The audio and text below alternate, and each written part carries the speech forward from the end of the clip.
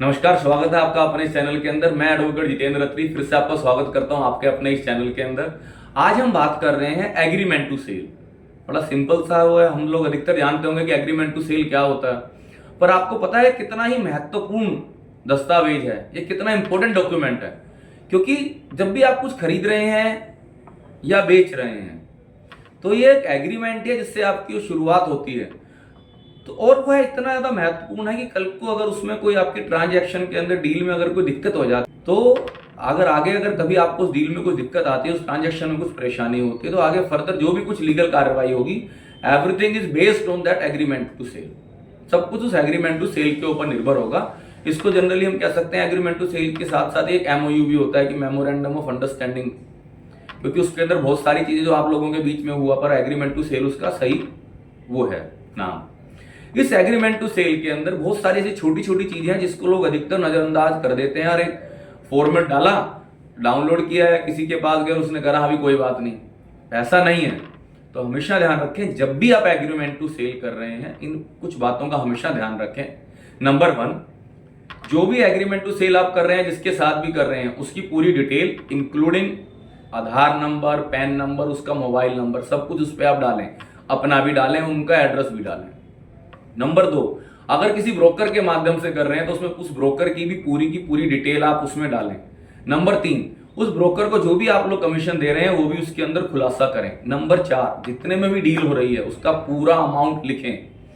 Number 5, कि उसका जो भी आपका मोड ऑफ पेमेंट है या टाइम फ्रेम है, शेड्यूल ऑफ पेमेंट है, कि आज आप 10% देंगे या 2% देंगे। हमने 10% दे दिया, आप नेक्स्ट पेमेंट कब करेंगे, कितने दिनों में करेंगे, कैसे कैसे करेंगे, ये हमेशा उस चीज का ध्यान रखें। और आप दोनों के बीच में जो भी एक अंडरस्टैंडिंग हुई है उस चीज को भी उसमें लिखें। लोग कहते हैं अरे कोई बात नहीं सर, हो जाएगा, हम कहां भाग के जा रहे हैं, आपस की बात है। आपस की बात नहीं है, जब चीजें अटकती है ना तो आपस की बात नहीं होती, घर की बात नहीं होती, सब बाहर कोर्ट के अंदर खड़े होते हैं एक दूसरे के साथ। पर हमेशा उस चीज को आप लिखें, क्योंकि लिखतम के आगे वक्तम की कोई कीमत नहीं होती। मेरे बाबूजी भी बोलते थे इस बात को, कानून भी बोलता है, सब बोलते हैं।